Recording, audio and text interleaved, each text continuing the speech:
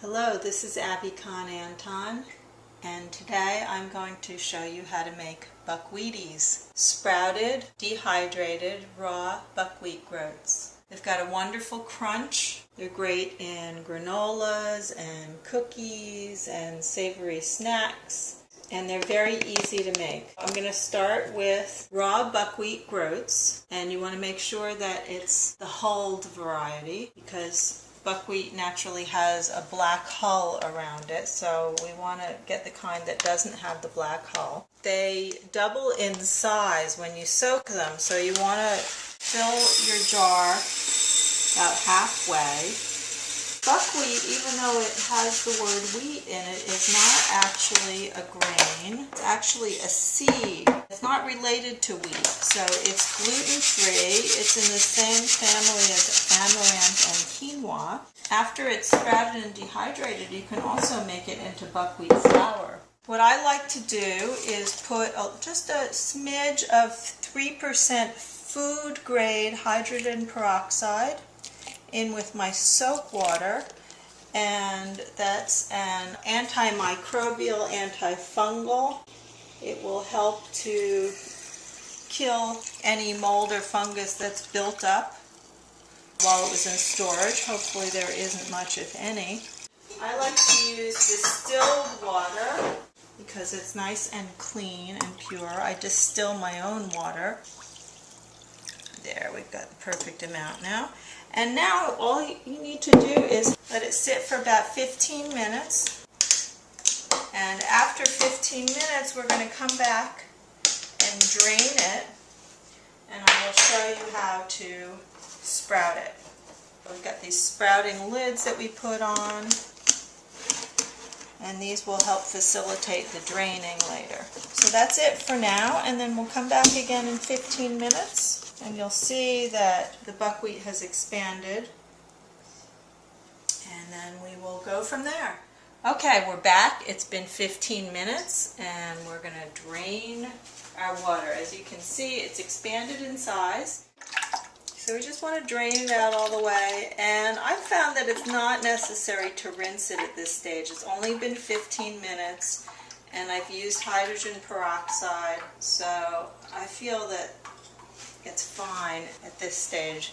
We want to put it at a 45-degree angle, so that'll help keep it draining. And we've got the mesh side down here with the sprouting lid, and then we want to cover it and keep it in the dark.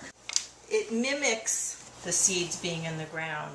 They're going to stay moist, and they're going to start growing roots. In about 12 hours or so, we're going to come back and rinse them and drain them again and put them back in the dark. Okay, so after about 8 to 12 hours, we want to uncover temporarily, and we're going to rinse and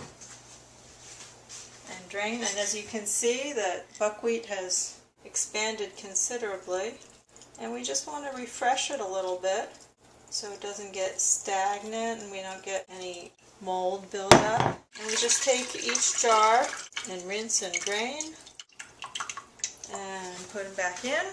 And after you've done all three, or however many you have, you just cover it up again and keep it in the dark for another 8 to 12 hours. Check along the way and see if you've got any tails yet. We're going to come back again, check for tails, and rinse and drain and go from there.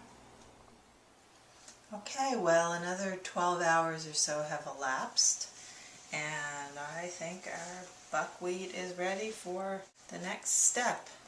As you can see, it's grown tails. These are about a quarter inch or so, and this is probably about the maximum length you want them to get.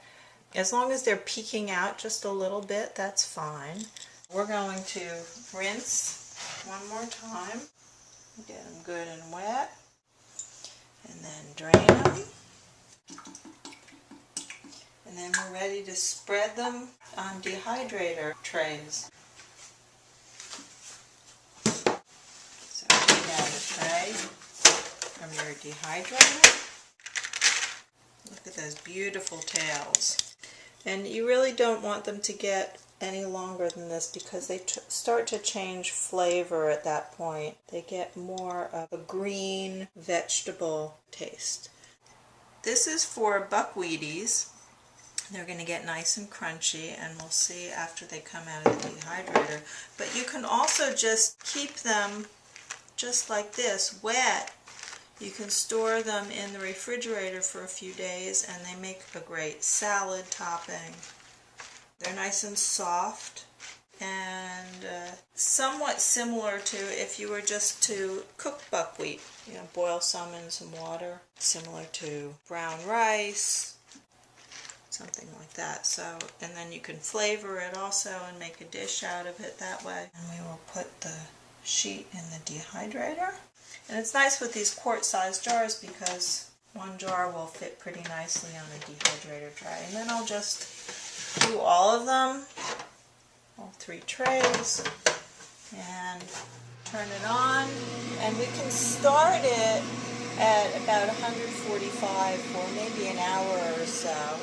That will speed the dehydrating time. What happens is because it's still wet at this point, the temperature of the buckwheat is not going to actually get up to 145. It will stay nice and cool because of the condensation process. But after about an hour, maybe 2 hours tops, you want to turn it down to about 115 and then let it dry the rest of the way. You can just start it at 115 and just let it go if you're not around and you want to make sure that it doesn't overheat and actually cook.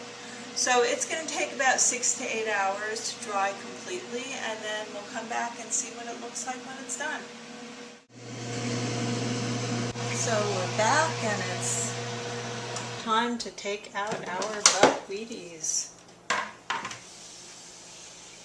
They're nice and dry. You can see the tails are all shriveled up and they're crunchy.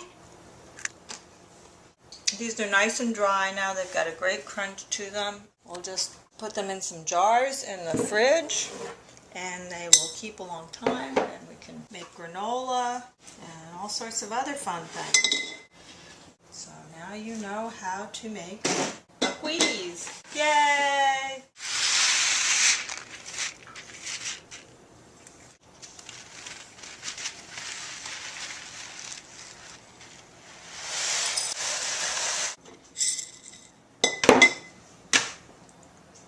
All done.